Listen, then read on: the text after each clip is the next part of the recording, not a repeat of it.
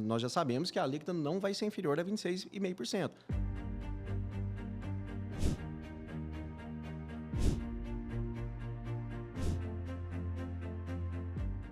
Estamos de volta a mais um Evox Podcast. Eu sou Rodrigo Teodoro, tributarista, especialista em direito tributário.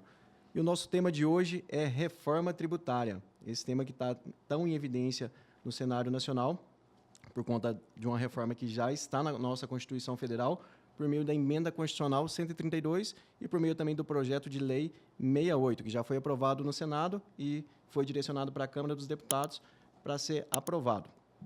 Hoje comigo aqui para debater esse tema estão os meus amigos e sócios, Dr. Gersino Neto, especialista em direito tributário, em regularidade fiscal, e Darcy Júnior, especialista em contabilidade tributária.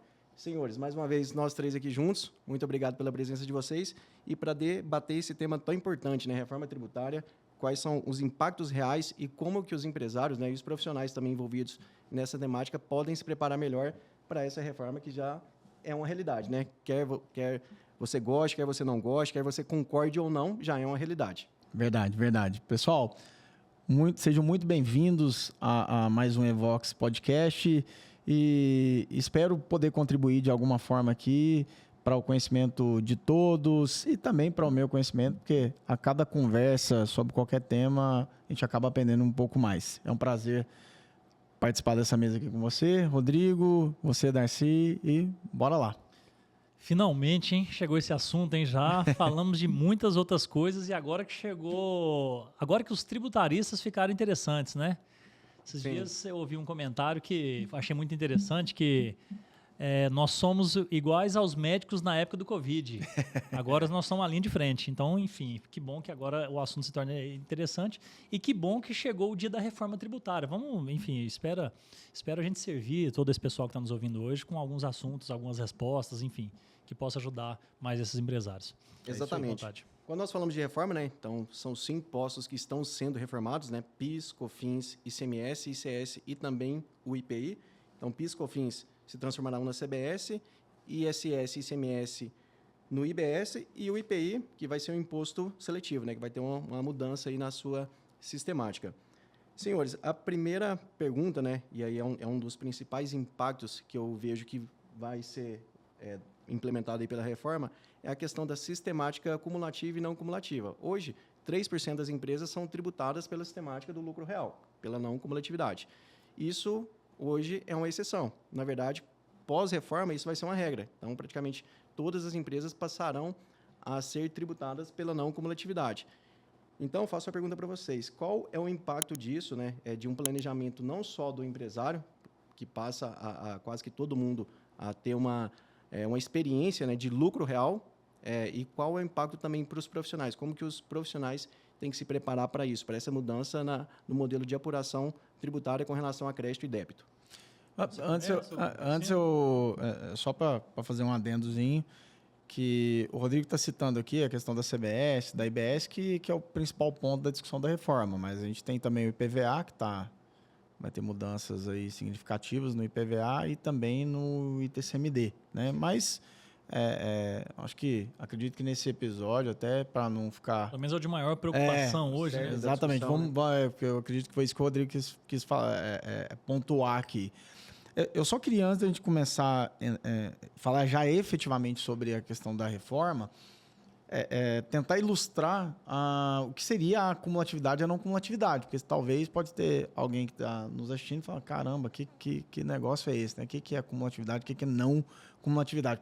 Por que só 3% das empresas estão no modelo da não cumulatividade, que é o modelo do lucro real? Né? Então, só para vocês entenderem aqui, pessoal, eu vou tentar ilustrar e, claro, o Rodrigo, Darcy, fica à vontade aí para agregar no que eu vou falar. Então, nós temos aí a grande maioria das empresas, depois vocês podem me ajudar aí com percentuais, mas um volume muito grande de empresas no Simples Nacional. Quase 7 milhões, né? 7 milhões de empresas aí no Simples Nacional. E essas empresas estão no modelo da cumulatividade. Que modelo é esse modelo? Cumulatividade na prática. É quando você tem uma tributação que a base de cálculo é seu faturamento. Então, você tem um faturamento e a partir desse faturamento, essa é a base de cálculo, esse é o número que nós vamos extrair para calcular o imposto, eu aplico sobre essa base de cálculo a alíquota. Então, esse é o modelo do Simples Nacional, por exemplo. O mesmo modelo é muito semelhante, no caso, muito semelhante não, é o mesmo modelo no caso do PIS e COFINS. Nós também temos uma base de cálculo que é o faturamento. Sobre esse faturamento, nós temos uma alíquota que é calculado e, de outro lado, o número que vai ser o imposto a ser pago por esse contribuinte. E no modelo do lucro real, pessoal, o que nós temos na prática? Você tem, de um lado, o seu faturamento, obviamente, porém, você utiliza da cadeia anterior tudo que é considerado insumo para o seu negócio. E aí, nós temos aí a Lei 10.833, 10.037. né? Isso, exatamente. Temos também COSITES, que hoje não são somente os insumos que estão descritos lá na lei, né? Então, nós já temos situações que a própria Receita entendeu. Surgem as teses. Exatamente, né? As discussões toda, a complexidade toda. Exato. Por conta, quando o contribuinte consegue comprovar, né, que aquela matéria-prima ou aquele item é essencial e habitual para a sua atividade. E aí, o que esse contribuinte faz? Pessoal, ele vai pegar o valor do faturamento menos o custo desse insumo e vai fazer uma subtração desse faturamento para chegar num número. Esse número é a base de cálculo. Então, por isso chama não cumulatividade. Eu não acumulo, né, o tributo que já foi pago na cadeia anterior. Eu tentei ser o mais didático aqui possível, pessoal, porque, obviamente, quando a gente fala de não cumulatividade, quem é contador, que está nos acompanhando, já o dia a dia está tranquilo. Exato. Quem é advogado tributarista também, o dia a dia está tranquilo. Então, eu tentei ilustrar de uma forma para ficar de fácil entendimento. Se vocês quiserem agregar alguma coisa aí, resumindo assim, uma determinada empresa vendeu uma peça ou um bem, um serviço, por exemplo, R$1.000, vendeu para uma outra que vai vender por 1.500, a que vendeu por 1.000 vai pegar, vamos supor que a alíquota é 10%. Então, ela vai pagar 100, vendeu por 1.000, a alíquota de 10%, R$100. A outra que comprou por 1.000, vai vender por 1.500, vai colocar uma alíquota de 10%, então R$150. E se vendeu para uma outra, que vai vender por 2.000, comprou por 1.500, vai vender por 2.000, uma alíquota então de R$200 e assim vai seguindo. Agora, se essa última fosse do lucro real, no que você está falando no regime não cumulativo, e nós temos que tomar um certo cuidado, pessoal, porque existem empresas do lucro real que estão na cumulatividade, exatamente. É exceção. Sim. Você vai lá Exato. na 10.833, no artigo 10, vai ver essas exceções lá. Agora, as empresas que são lucro real não cumulativo, nessa última cadeia que eu disse agora, que vende por R$2.000, ela comprou por 1.500, logo a base de pagar o PIS e COFINS é só diferença. Que diferença que é essa? Os R$500? A base de cálculo então, é só os R$500 vezes 9,25. Então, o Simples Nacional, ele vai virar uma espécie, ou pode virar uma espécie de lucro real, porque no Simples Nacional ele pode optar pelo IVA por fora. Ou seja, o lucro presumido pode virar lucro real, o Simples pode virar lucro real e o lucro real já continua. Então, ele já está acostumado com isso, né? Enfim, vamos seguindo, não sei se tinha mais pergunta, Rodrigo, mas nós vamos seguindo nessa sistemática. Vamos lá. Aí dentro do que o Rodrigo falou, né, o porquê que as empresas vão ter que se adaptar, né? Antes, enquanto 3% das empresas estavam no regime da não cumulatividade, e hoje todas as empresas que não estão no Simples Nacional vão começar a trabalhar no modelo da não cumulatividade. Por que o Rodrigo já levantou logo esse ponto, pessoal? É porque a empresa do lucro presumido, por exemplo, que calculava o PIS e COFINS sobre uma base de cálculo que é o faturamento, não vai ser assim mais. Então, ele vai buscar na cadeia anterior, levantar na cadeia anterior todos os custos e esses custos vão servir para compor o que a gente chama de IVA, né? O IVA é o que vai fazer com que todas essas empresas do lucro presumido e também as do lucro real passem a atuar, trabalhar, né, no modelo da não cumulatividade. E é algo que vai mudar muito a dinâmica para muitas empresas que não estão habituadas com até essa organização, porque é algo que demanda não só uma análise tributária, mas também uma questão de organização, de custo e etc. Né? Então, esse é um ponto bem relevante mesmo que o Rodrigo já levantou aqui para iniciar a conversa. E a minha pergunta, até nesse sentido, é porque é uma preocupação nossa, né, minha com relação a isso, é porque a demanda de profissionais para atender os empresários, para atender as empresas nesse novo cenário. Porque, uma vez, hoje que nós olhamos aí, por exemplo, as contabilidades, não é comum você ver contabilidades especializadas somente em lucro real, na sistemática, porque tem uma complexidade maior nessa questão de crédito e débito, no cumprimento das obrigações acessórias. E quando há uma mudança nessa sistemática da não cumulatividade, os profissionais também precisam estar mais preparados para atender essa demanda. O empresário mudar a sua mentalidade, já começar a olhar mais para esse cerne da reforma tributária, porque já é uma realidade, já tem que começar a olhar agora para a reforma tributária e aí para N fatores que isso vai impactar na empresa. Então, hoje o empresário, ele não basta olhar somente para a reforma tributária como o impacto do imposto que eu vou pagar. Ele vai ter que olhar toda a cadeia dele, cadeia logística, se onde que eu estou, hoje eu tenho um benefício, eu vou perder esse benefício, se vale a pena eu continuar nessa localidade, se vale a pena eu ir para mais perto do meu comprador. Então, tem uma análise de logística, tem uma análise de compra, tem uma análise para quem eu vendo, de RH, de gestão e, principalmente, uma análise financeira. Mas até a minha pergunta realmente com relação a essa sistemática de não cumulatividade é porque o mercado vai ter uma demanda gigantesca disso, de empresas que precisam ser bem assessoradas, seja ali por sua contabilidade, seja por uma consultoria tributária, para fazer toda essa análise dessa composição de viabilidade, que, na verdade, no final das contas, vai convergir para um viés financeiro. Então, será que agora, na nova sistemática, eu consigo manter a mesma margem, mantendo o mesmo preço? Será que eu vou ter que analisar os meus fornecedores, para quem eu vendo, de onde que eu compro? Hoje eu compro de outro estado, será que vai continuar valendo a pena? Então, o cerne da discussão é isso, muito por uma questão de demanda de mercado e de profissionais para atender essa demanda. Inclusive, pode falar. Eu queria propor uma brincadeirinha de fazer conta aqui. Imagina o seguinte, existe uma malharia no lucro real e existe uma empresa que vende malha no Simples Nacional. Hoje, antes da reforma, essa empresa vendeu um produto para essa empresa aqui por R$10.000, emitiu uma nota de R$10.000. Se essa empresa aqui, sendo do Simples Nacional, vendeu para essa, vai tomar um crédito de 9,25, independente do regime dessa. Aliás, independente se ela recolheu. E se você observar, quando você vai lá no anexo 1, 2, 3 e 4, vamos imaginar essa empresa aqui no anexo 1 e ela tem lá uma composição de PIS mais COFINS correspondente àquela alíquota no exemplo de 10%, tá? Então, R$1.000 de DAS ela recolheu. Ali vai ter 15,5% de PIS mais COFINS. Ou seja, numa nota de R$10.000 que foi recolhido R$1.000, tem R$155 de PIS e COFINS. Exato. Só que essa empresa que comprou essa nota de R$10.000 é R$10.000 vezes 9,25. Então, essa aqui pagou 150, mas essa aqui teve de crédito R$925 hoje. Agora, não vai ser mais dessa forma. Não é uma alíquota presumida de crédito. Agora é crédito pago na veia. Se essa empresa aqui continuar no Simples, essa empresa aqui agora vai tomar um crédito de R$155.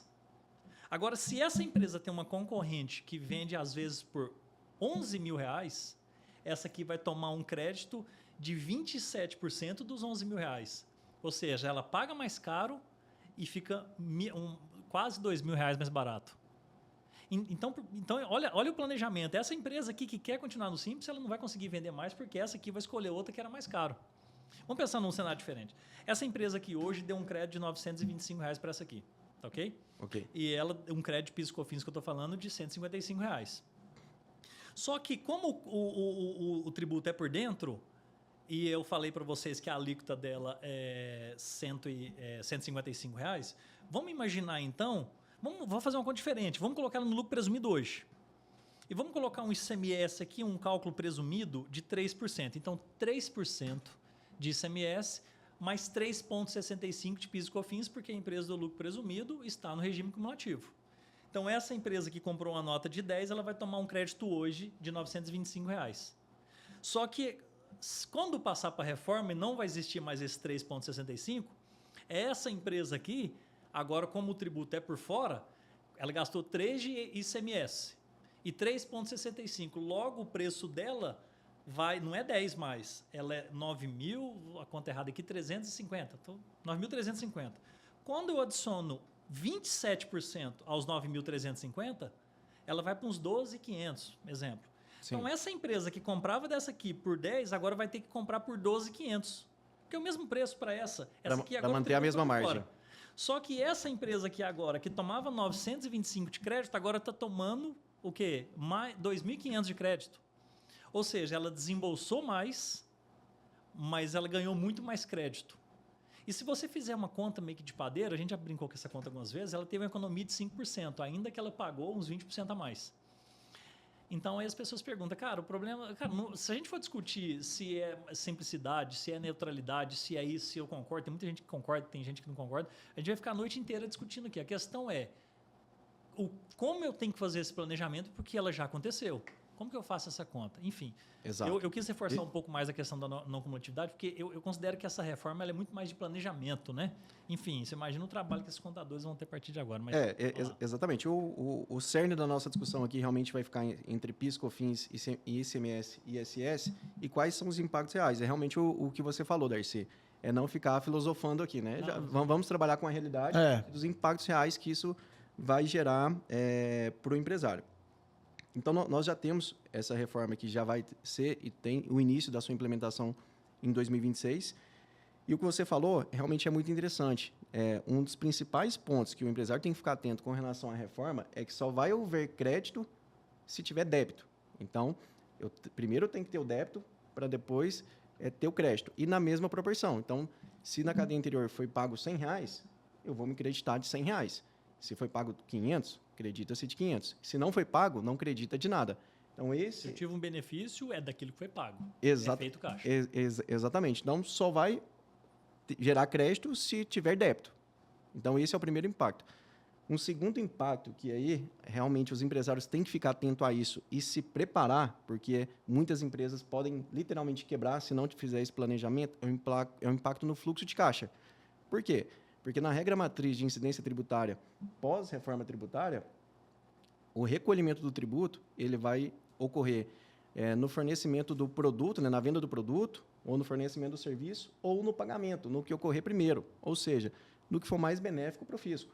Então, vai ao regime de caixa ou competência, mas o que ocorrer primeiro. Então, muitas das vezes eu vou fornecer um serviço, vender um produto de forma parcelada para receber a prazo, mas o recolhimento dele vai se dar de forma antecipada. Então, se eu pago primeiro ou se eu forneço primeiro, o que ocorrer... É o que for melhor para a Receita. Exatamente, o que ocorrer primeiro. Então, isso vai exigir realmente de um planejamento já de imediato para os empresários, principalmente com fluxo de caixa, porque senão, se ele não tiver prevenido, ou ele vai perder oportunidade, vai perder mercado, porque ele não vai conseguir bancar esse recolhimento antecipado para conseguir vender a prazo, para vender parcelado, final, né? Isso para o consumidor final, ou realmente ele literalmente vai quebrar, porque ele não vai conseguir ter fôlego financeiro ali para bancar essa operação por 1, 2, 3 meses até ele ter esse começar a ter o teu caixa de volta, né? Eu estava até dizendo aqui, só para voltar um pouco, depois eu vou entrar nesse mérito aí. A gente tem que entender um pouco o que é o fim de cadeia e o meio de cadeia. Por exemplo, se eu vou contrato um advogado, se eu contrato um dentista, um barbeiro, né? Vamos pensar assim. Aquele barbeiro, ele presta serviço para o consumidor final. Aquele dentista, ele presta serviço para o consumidor final. Então, ele não tem aquele problema de gerar um crédito pequeno para ele, justamente porque já está atendendo a ponta. Ok? Normalmente é o B2C, né? Exatamente. Então, quando vai direto para o consumidor, essa preocupação não existe. É óbvio que ele tem que preocupar de quem ele está comprando, se isso é necessário para ele, se ele vai ter um aumento. Será que pelo simples fato de aquele produto, alguns produtos vão baixar, outros vão diminuir, enfim. Olha o quanto esse troço a gente pinça, né? Porque aí você fala do advogado. Pensando no modelo do IVA, o que o advogado tem de custo para reduzir essa base de cálculo, né, para reduzir o IVA dele. E aí, pensando inclusive nesse profissional que vai atender esse consumidor final, será que essa carga vai aumentar ou vai reduzir? Eu acredito que vai aumentar, E não vai ser pouco. A empresa de serviço não tem insumo. Né? Não tem insumo. Quem que são insumo? As pessoas são insumo, mas os funcionários não dão crédito. Não, exatamente. Ou seja, até porque qual o custo, né? Que custo que ele tem, né? Por isso vai ter uma alíquota reduzida, né, para o setor de serviço, porque se não tivesse, aí ia fechar todo mundo. Enfim. Ninguém ia dar conta. Mas onde eu estava... Mas continua, desculpa aqui. Mas onde eu estava querendo chegar aqui, se você pensar que 66% das empresas... As do Simples, enfim, qualquer uma outra. Empresa atendendo empresa quer dizer que tem 33% que vale a pena continuar no Simples no modo acumulativo. Claro. Porque às vezes a gente faz um comentário aqui que o pessoal, ninguém vale a pena. Não é de isso. jeito nenhum, pelo amor de Deus. Né? Então, você tem que fazer a conta, o negócio é fazer conta. Então, aquelas que atendem, essa de cara vale a pena. Aquelas que prestam serviço para a empresa, aí tem que fazer conta. Essa análise aí de meio de cadeia, fim de cadeia, ela é crucial porque se você não gera crédito para quem está comprando ou te contratando. E essa pessoa, e essa empresa, por exemplo, ela está no modelo do IVA, né? Ela está no modelo da não cumulatividade do IVA, né? do Imposto sobre Valor Agregado, obviamente ela não vai te contratar mais. Sim. Então é aquela história. Será que vale a pena para uma empresa do Simples recolher por fora a CBS e o IBS? Vai valer a pena para essa empresa do Simples? Isso é um cálculo que eu acredito que no final... não vai ser positiva a resposta. E aí? Então, as empresas vão todas sair do Simples? Não, claro que não. É um exemplo que você acabou de dar. Se eu atendo só o consumidor final, eu sou lá um barbeiro que só atendo sei lá, meu cliente para fazer a barba ou cortar o cabelo, eu vou gerar crédito para esse cara? Eu não vou. Então, obviamente, continua no Simples normal. Imagina um exemplo aqui. Você falou da empresa de serviço, uma empresa de terceirização de mão de obra. Imaginando que ela vai ter uma alíquota reduzida de 40%, 30%, né, Rodrigo? O Rodrigo estava dando uma olhada nisso. Então, vamos imaginar que ela teve uma empresa de terceirização de mão de obra que prestou um serviço para ela no valor de R$100 mil. E essa empresa, então, daria um crédito para ela de 27%, a alíquota está 27,7%, 27,6%, enfim. 7,97%, arredondando para 28%. Então, pensa comigo. Então, foi R$100 mil mais R$27 mil, vamos arredondar, então R$127 mil, logo aqueles R$27 mil é crédito para esse shopping. Só que essa empresa de terceirização de mão de obra não recolheu o tributo. Não pagou. E se ela não pagou, a expectativa do shopping, que era de R$27 mil, não foi consumada justamente porque não foi recolhido. Aí no mês seguinte o shopping vai ter que deduzir aquilo do pagamento no mês subsequente. Então nós estamos entrando em outro viés aqui. Nós estamos entrando no viés agora. Não é só a questão de uma empresa que presta serviço para o shopping era Simples, a outra era fora do Simples ou Simples por IVA. A questão é recolheu. Se ela não recolheu, o shopping está vigiando se ela recolhe. Ou seja, começa a diminuir a sonegação, porque se você não preocupar, os fornecedores não preocupavam os clientes não preocupavam se o fornecedor sonegavam, se recolhia, o que fazia. Agora, se não preocupar... não fazia diferente. Se não preocupar, vai doer no bolso. Logo, essa empresa de terceirização de mão de obra vai sofrer o impacto de não receber o valor no mês seguinte. Porque do shopping, falou, você não recolheu, não tenho crédito, no mês que vem eu vou bater. Então, agora um vigia o outro. Ou seja, a tendência... É muita coisa, né, para falar, mas enfim. Vai lá, Rodrigo, já te interrompi umas 3 vezes, pode ir. Não, imagina. Realmente o tema não tem como não gerar porque você vai comentando, aí você fala um negócio, você já lembra de alguma situação que vai ter um impacto muito considerável. E o outro comenta, já lembra. Aí você fala, meu Deus do céu, tanta coisa para falar. E até falando de impacto, estudos apontam que 93% das empresas terão algum impacto negativo com a reforma. E não só falando de aumento de carga tributária, mas custo com logística, custo de aumento de profissionais, porque eu vou ter que contratar uma contabilidade mais especializada. Se ela não encarecer, ela vai quebrar. Não tem jeito. Ela vai fazer... Toda empresa é lucro real. Enfim, pode continuar. Não, exatamente. Mudar a logística, eu vou ter que trocar de fornecedor, eu vou ter que ter o fluxo de caixa, que hoje é o que nós falamos anteriormente, se não estiver preparado com fluxo de caixa para fazer o recolhimento do tributo antecipado, eu vou perder oportunidade, eu vou perder força de mercado, eu vou perder competitividade no mercado também, para aquele meu concorrente que está preparado, que tem um fluxo de caixa, que consegue bancar o recolhimento antecipado do tributo e para vender ali a mercadoria dele ou o serviço a prazo. E você falando aí dessa terminologia, né, meio e fim de cadeia, isso aí é um conceito jurídico que foi criado aí nesse ambiente de reforma tributária Inclusive, quando a gente fala disso, né, nós falamos aqui das empresas do Simples Nacional, né, de todas as demais empresas, aí, quanto do Simples, quanto do lucro presumido, que vão recolher aí, ter na sistemática da não cumulatividade, como se lucro real fossem. Então, nós teremos também o Simples Nacional em regime regular de IBS e CBS. Sim. Que é como se fosse um lucro real, que vai ter uma alíquota reduzida ali para imposto de renda e contribuição social e também uma alíquota reduzida para contribuição previdenciária patronal. Então, praticamente vai ser um novo regime tributário. Vai ser um modelo híbrido, né? Exatamente. Modelo híbrido. Esse, é esse modelo que eu acabei de falar. É o sujeito que quer fazer esse meio de cadeia, que o Darcy estava citando, porém, ele não quer sair do Simples Nacional. Né? Ele enxergou uma determinada vantagem em continuar no Simples, mas ele pode optar, que bom, né, que tem isso, ele pode optar por pagar o IVA por fora. Sim. Aí, nesse momento, sai aquele CBS, IBS daquela apuração dele do PGDAS. Então, ele reduz aquele valor, mas passa a pagar por fora. Mas vale crédito e vale débito. Aí, sim, é uma conta que ele tem que fazer. E é o que a gente acredita que 66% dessas empresas têm que entrar. Porque é justamente por prestar serviço para outras empresas. Porque senão não vai contratar. Senão aí você fala, eu pago menos imposto, mas você não tem serviço. Aí, para equiparar o benefício, ela vai ter que baixar o preço dela. Para baixar o preço dela, é uma conta dela. Aí ela vai falar. Exatamente. O que a gente não pode aqui é o seguinte, a princípio a gente tem que tomar um certo cuidado, porque o intuito inicial era trazer simplicidade e neutralidade. Neutralidade a gente acredita que vai trazer, porque as empresas não vão ser... irem para outros estados, irem para outras cidades, serem convidados e aceitarem através de benefício fiscal. Agora o negócio tem que valer a pena naquele determinado local. Então isso começa a trazer neutralidade. Eu estou num local que vale a pena ficar, porque o meu mercado é bom aqui. Então beleza. Agora a simplicidade... Dentro disso que você falou, vale a pena até citar aí, Darcy, a questão do modelo antigo, né? Sim. Por que existia a guerra fiscal entre os estados? Por conta de que o antigo atual, né? Os estados assediavam através de benefício, né? Estados, prefeituras, enfim, municípios. Isso agora até que vai poder, de certa forma, fazer isso ainda, né? O estado vai ter uma certa flexibilidade para fazer isso. Só que será que isso vai ser vantajoso? É assim.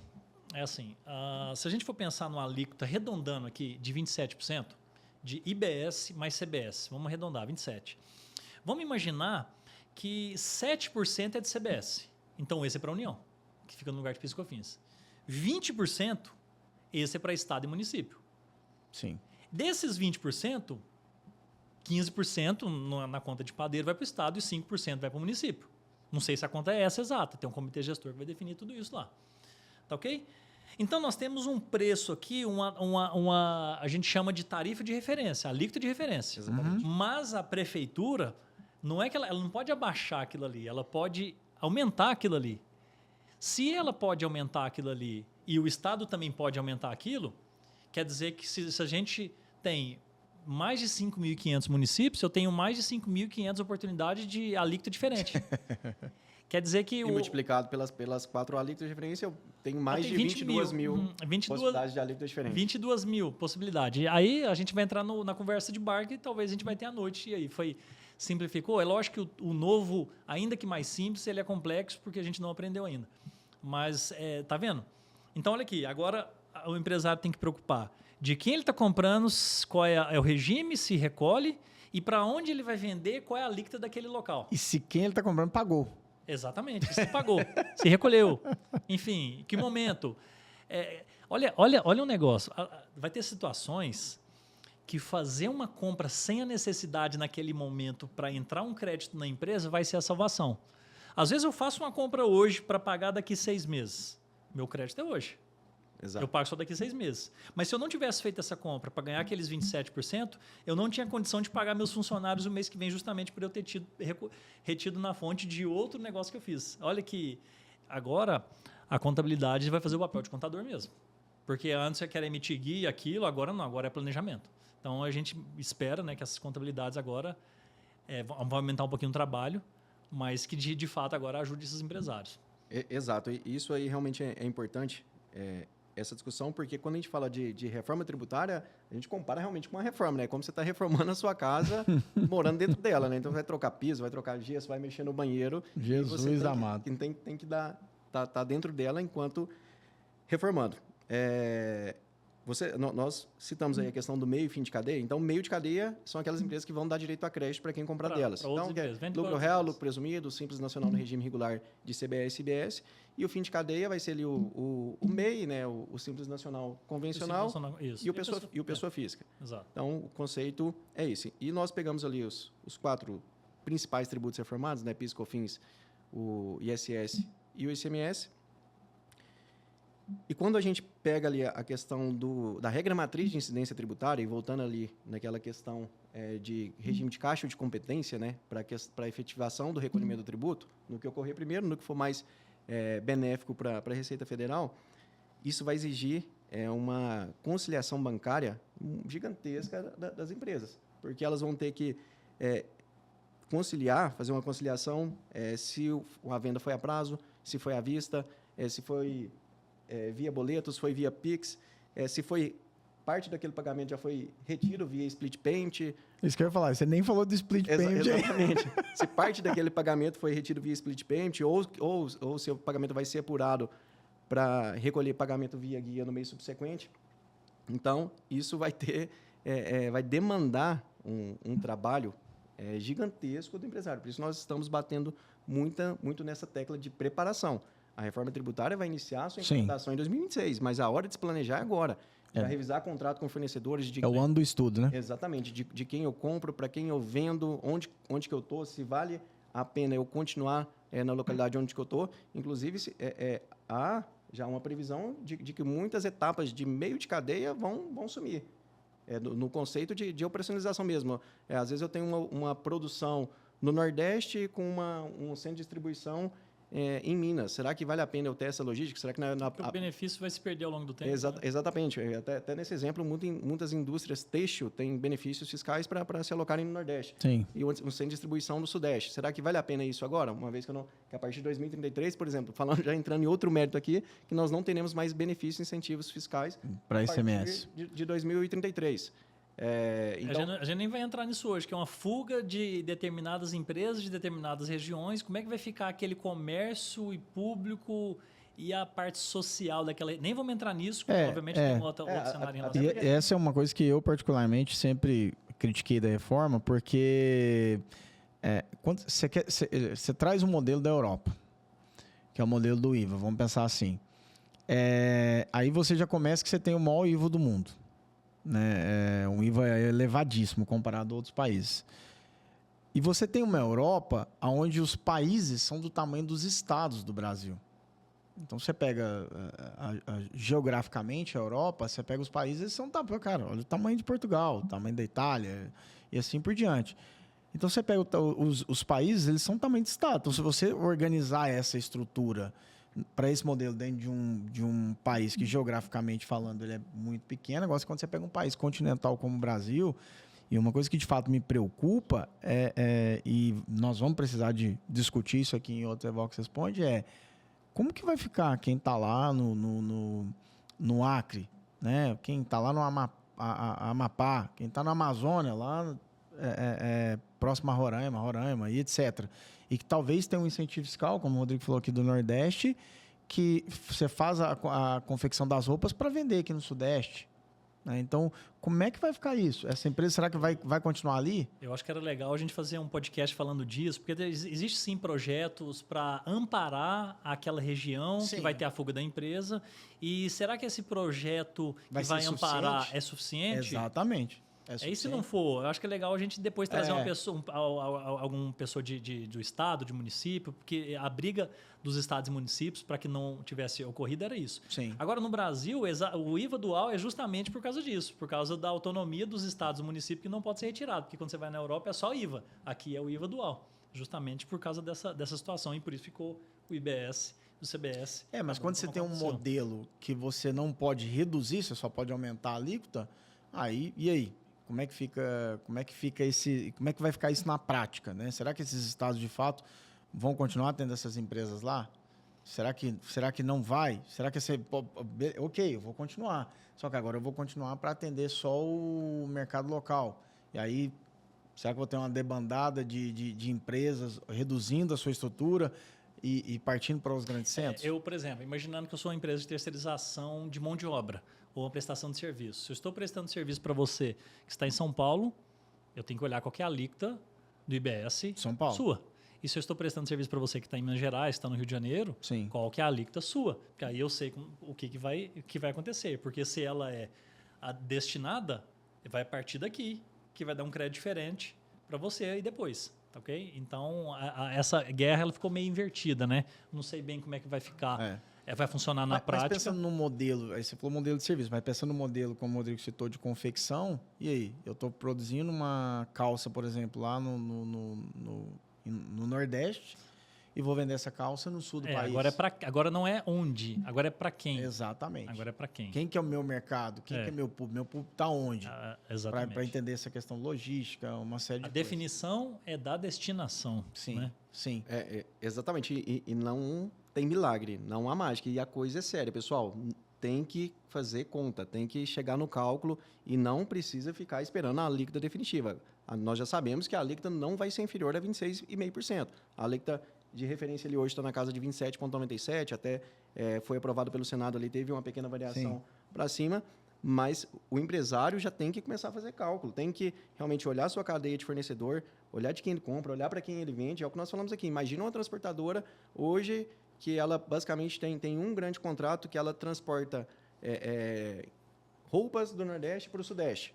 E aí, será que essa indústria do Nordeste vai continuar lá no Nordeste mesmo? Será que não é mais viável para ela, uma vez que ela não vai ter mais um benefício, um incentivo fiscal para continuar naquela região, não é mais fácil ela mudar a sua operação para o Sudeste? Sim. Vir para o interior, ficar mais próximo de onde que está o seu consumidor? Então, toda essa analogia ela é primordial para a sobrevivência de inúmeras empresas. Tanto essa analogia de logística, mas quanto a analogia financeira também. Qual é o seu cenário atual?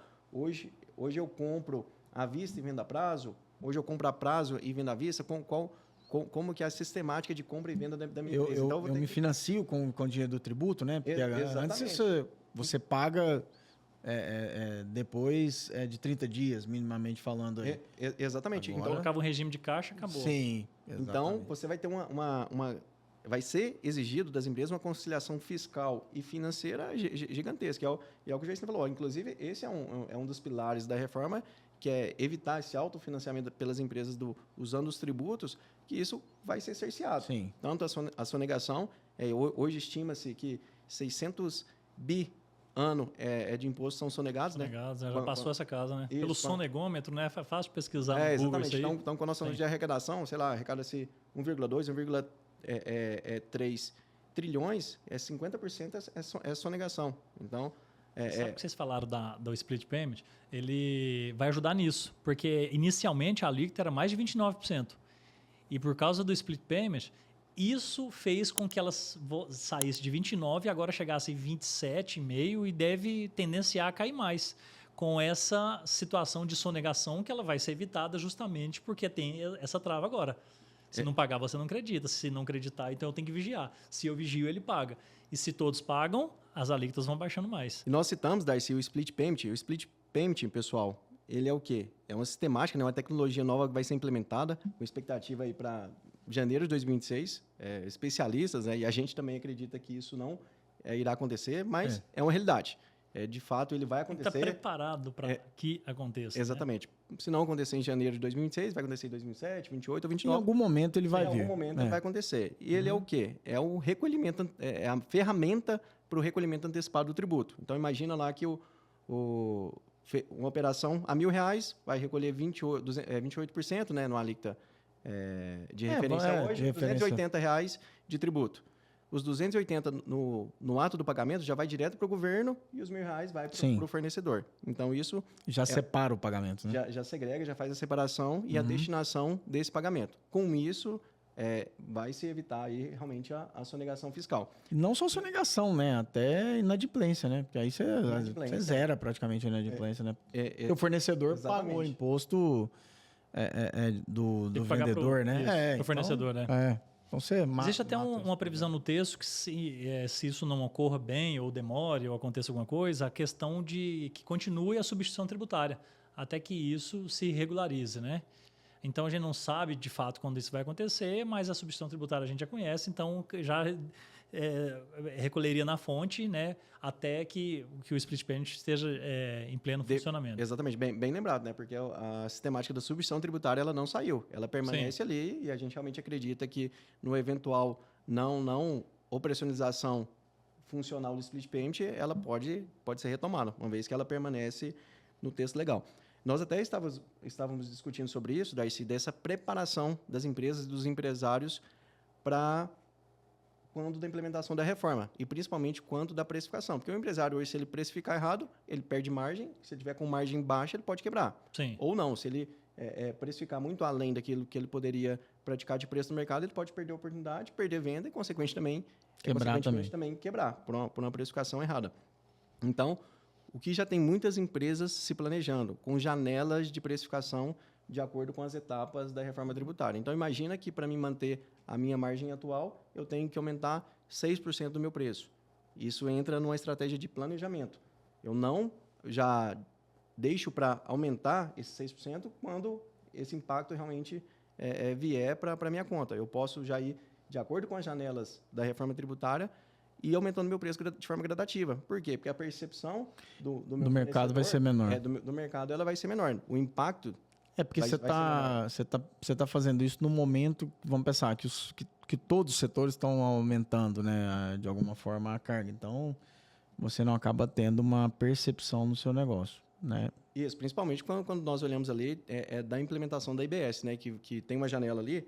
Em 2029 inicia com 10%, 2030 20%, 2031 30%, 32 com 40% e a partir de 2033 full time, a alíquota só efetiva, IBS, deixa de existir o ICMS e o ISS. 100%, exatamente. Então, além de todo esse planejamento, que nós já falamos aí que é necessário para a sobrevivência das empresas, planejamento financeiro, fornecedor, logística, para quem eu vendo, essa análise de precificação também do meu produto.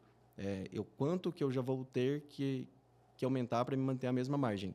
E eu vou fazer esse aumento de uma vez lá na frente, ou eu já posso ir me planejando para fazer esse aumento de forma gradativa. Eu acho que grandes indústrias, ao escolher e já terem seus fornecedores, eu acredito que talvez por elas já terem uma organização maior, já ter estudado, já estar à frente desses fornecedores, eu acredito que vai sair delas mesmo o seguinte: olha, você que me vendia por 10, pode me vender agora por 12.500, porque o produto vai sair para mim o mesmo valor, porque agora você vai me dar um crédito muito maior, porque senão seria só custo. Mas Exato. Como ela é crédito, o produto é 9.500, mas eu pago 12.500, mas eu tenho aqui, por exemplo, 2.800, 2.700 de crédito. Aquele crédito, então, vai fazer eu economizar na cadeia posterior. Então, eu acredito que vai ter muito isso. Pode aumentar, que para mim aqui eu já sei, ou seja, vai fazer a conta para eles. Porque imagino. Nessa analogia, eu mantenho minha margem, você mantém sua margem. Exato. Falar, o preço certo para você é isso. Uma grande indústria, um grande supermercadista, por exemplo, é fácil e fato que ele domine esse fornecedor dele e espero que ele use isso na boa fé e fale: olha, o preço certo para você continuar ganhando o que você ganha é esse, pode me vender, pode aumentar, fica tranquilo. E para ela, às vezes, ela vai até reduzir o valor. Enfim, vamos ver caso a caso. Eu vejo que, de fato, isso pode acontecer. Inclusive, tem algumas empresas que estão fazendo cartilha, oferecendo curso para os fornecedores, principalmente fornecedores do Simples Nacional, que não tem, às vezes, uma condição como uma grande empresa de buscar profissionais e esses profissionais estudar, etc. Mas, na prática, o que eu vejo essa grande empresa, ela vai fazer isso por uma questão de sobrevivência mesmo, porque ela vai fazer o cálculo ali, como o Rodrigo falou, da utilização do dinheiro.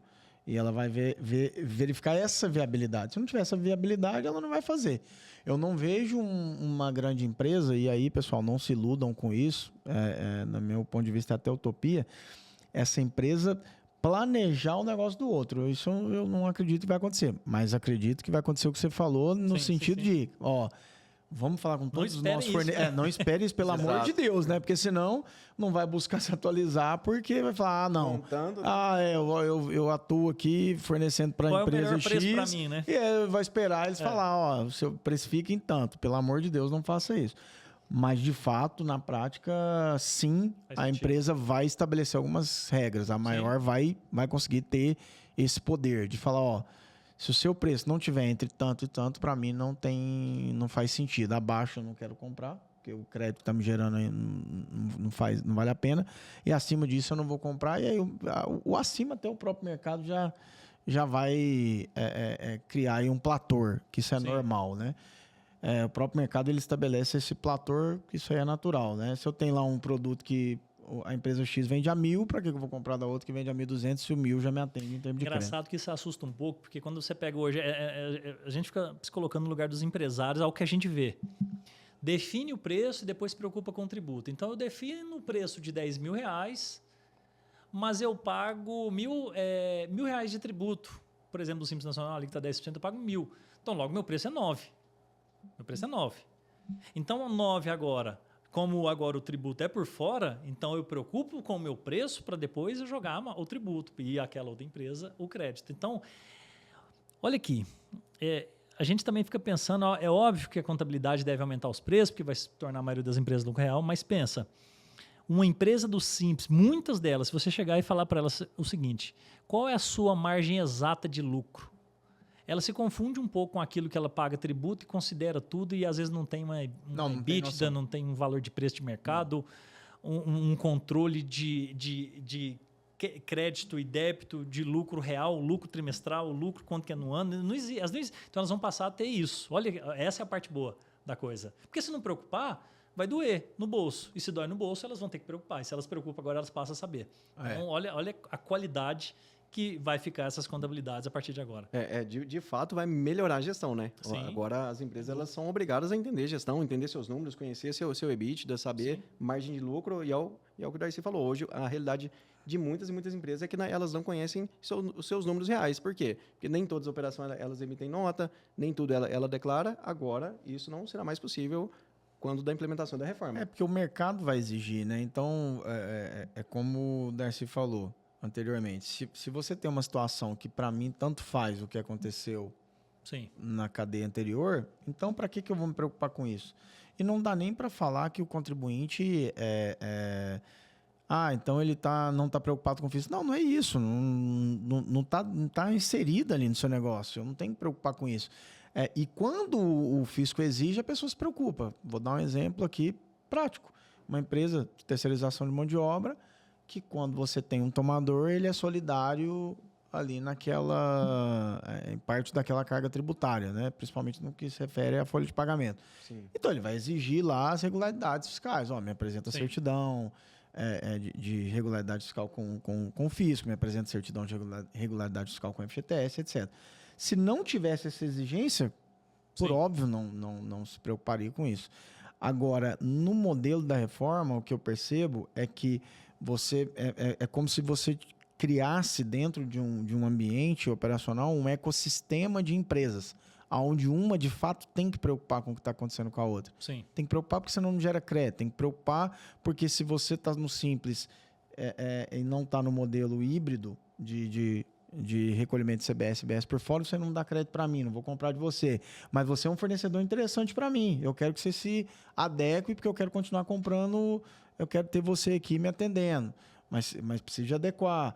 O mercado, por outro lado, também estabelece preço, porque não adianta também falar, agora então eu vou fazer cálculo, eu fiz errado a vida toda, então a minha margem tem que ser X%, eu vou aplicar o imposto e vou colocar o X%. Tá bom, amigo. Mas esse produto que você está vendendo por R$100, todo mundo vende por 60. Você viu que isso aí a Receita vai economizar com fiscalização, porque agora não vai ter meia nota fria. Nada. Empresa criada para gerar crédito para outra, não faz sentido, né? Porque ela emitia a nota, mas não recolhia, mas gerava o crédito, a outra ia lá e apurava, agora não faz sentido. Vai acabar com tudo isso, porque tanto que o foco da reforma é esse, né? É diminuir sonegação fiscal. Então, e obviamente aumentar a arrecadação. Se eu vou diminuir a sonegação, eu aumento a arrecadação. O problema... Na verdade o foco era a simplicidade para que essas empresas... Né? Esse é o texto, essa é a ideia. Né? Simplicidade e neutralidade, mas a gente está vendo que está acontecendo outras coisas bem diferentes. Simplicidade é a discussão que não acaba. Mas a questão de que você colocou os empresários para trabalhar para a Receita, essa discussão não tem. Não é possível que alguém vê diferente disso, né? Não existe. Isso aí está descarado. Eu indústria, vou vigiar o meu fornecedor. Com split payment, você vai pôr o banco trabalhar para a União, porque o banco vai ter que dividir ali o valor e direcionar. Exato, pronto. O banco já vai trabalhar para a União. Então, é um modelo bem inteligente a favor do fisco. Agora, me preocupa muito, porque quais penas os empresários vão suportar esse momento de transição, né? Quantos empresários vão sobreviver para isso? É lógico que alguém que está nos assistindo agora pode falar, enquanto um chora, outro vende lenço. Mas será que o número de quem chora vai ser maior do que o que vende lenço? Será que o de vende lenço vai ser maior do que quem chora? Então, uma coisa é fato, pessoal. Se você não tiver isso, como o Rodrigo falou, se você não tiver na ponta do lápis todos os seus custos, a sua margem, para quem você vende, de quem você compra, com a reforma tributária, você está sob risco total. Então, atualize seu time, atualize sua equipe, para que você passe por esse momento de transição, que vai ser o momento mais penoso da reforma, e vamos pensar assim, vivo do outro lado. Né? Se sobreviver ganhando dinheiro, melhor ainda.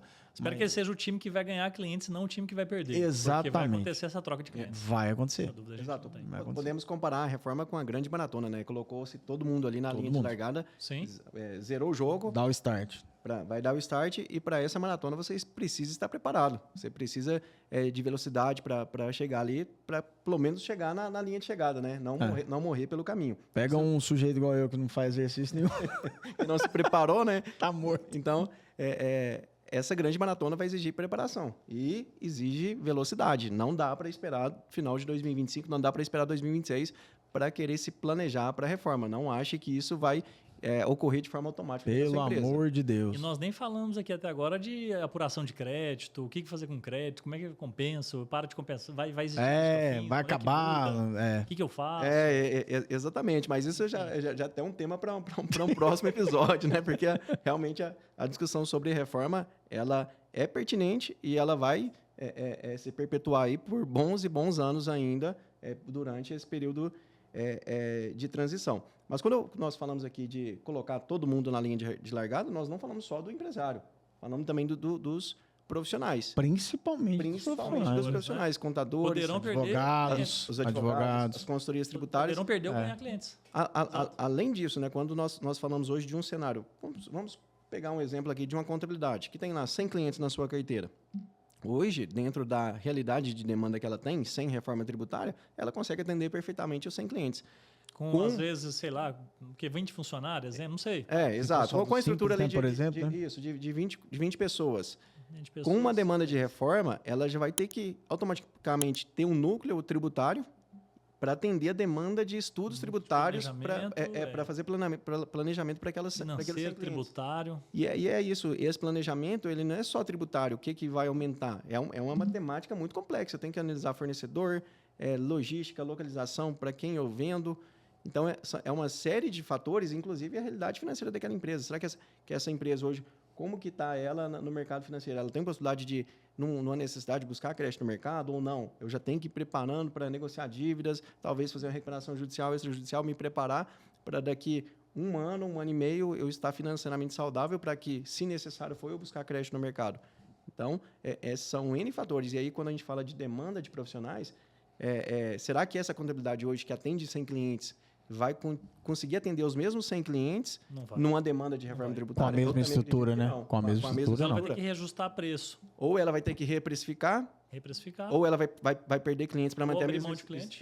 Isso, exato, vai perder clientes, ao invés de atender 100, ou fazer atender os 40. Ela quebrar falando que não precisa sair de onde está e permanece ali. Exatamente. Aí é pior, aí parou de seguir os princípios, aí acabou. Então, não basta somente o empresário se preocupar com isso. Os profissionais também têm que se atentar, se atualizar essa questão da reforma. Então,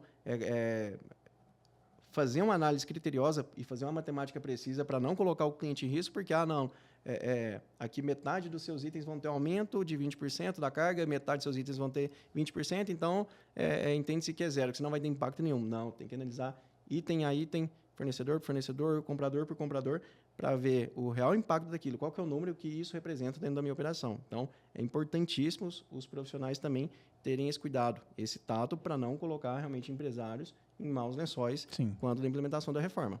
Perfeito. Rodrigo, nós vamos falar de crédito nesse episódio, no próximo. Como é que você sugere aí? Eu acho que podemos deixar para falar dessa questão dos créditos tributários, né? De como que o empresário pode monetizar e ainda aproveitar os créditos tributários. Se dá tempo, né? Se dá tempo. Exatamente. Oriundo ainda do cenário tributário atual, né? Os Sim. créditos que eu tenho de PIS, COFINS, de ICMS, como que eles vão ficar. E já é uma preocupação porque a restituição do ICMS ela já está prevista. O contribuinte que chegar em 2033 com créditos de ICMS, ele vai receber isso em 240 parcelas corrigido de IPCA. Sim. Ou seja, vai virar pó, não vai Sim. representar nada dentro da operação ali daquele cliente. Então, realmente, é um tema interessante que tem que ser discutido e a hora de fazer recuperação tributária é agora. Então, se você, contribuinte, tem crédito a recuperar, a hora é agora, porque depois da implementação da reforma, isso vai ser irrisório para a sua operação. Maravilha. E você que está nos acompanhando, a ideia desse episódio, o modelo que nós escolhemos aqui para falar de reforma tributária, foi um modelo de bate-papo mesmo.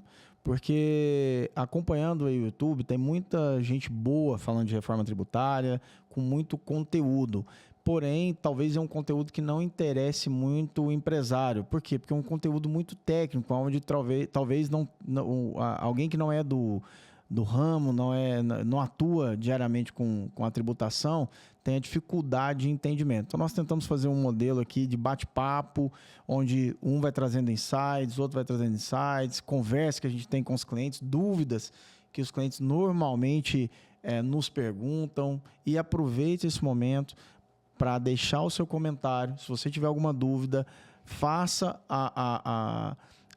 coloque a sua dúvida aí nos comentários. Aproveite para inscrever no nosso canal, ative aí o sininho, as notificações. Se você tiver dificuldade de falar com a gente pelo YouTube, pode falar conosco através do direct lá do nosso Instagram, que é o @evoxfiscal, tá bom? Ou falar comigo através do @dr Gersino Neto. Também o Rodrigo vai falar aqui, passar o Instagram dele. Fique à vontade para trazer suas dúvidas para nós, tá bom? E a ideia é essa. Se você gostou, deixa aí nos comentários também o gostei, porque a gente vai ver que está no caminho certo e esse é o modelo que a gente quer se comunicar com você, principalmente empresário, tá bom? Exatamente. Até porque essa dor é uma dor nossa também, né, senhores? Porque nós, antes de sermos tributaristas, somos empresários. E nós já estamos mais do que planejados para a implementação dessa reforma. Então, sugerimos a você também, empresário, não deixe para a última hora. A coisa é séria, é matemática. Não deixe para o último momento, porque você pode não ter mais tempo para planejar. Você pode ficar pelo caminho. Principalmente com impacto financeiro. A reforma vai exigir muito fluxo de caixa e fôlego financeiro das empresas. Então, senhores, muito obrigado. Foi um prazer estar aqui com vocês mais um Evox Podcast, né? Já deixamos aí o tema, né, para o nosso próximo episódio. Um convite já. E um convite que será sobre recuperação de crédito tributário. Como que vai ficar o tratamento dos créditos tributários que eu já possuo depois da reforma tributária. É isso aí. Grande abraço, fiquem com Deus. Espero que vocês tenham gostado. Obrigado. Até a próxima. Obrigado, pessoal, e até o próximo episódio.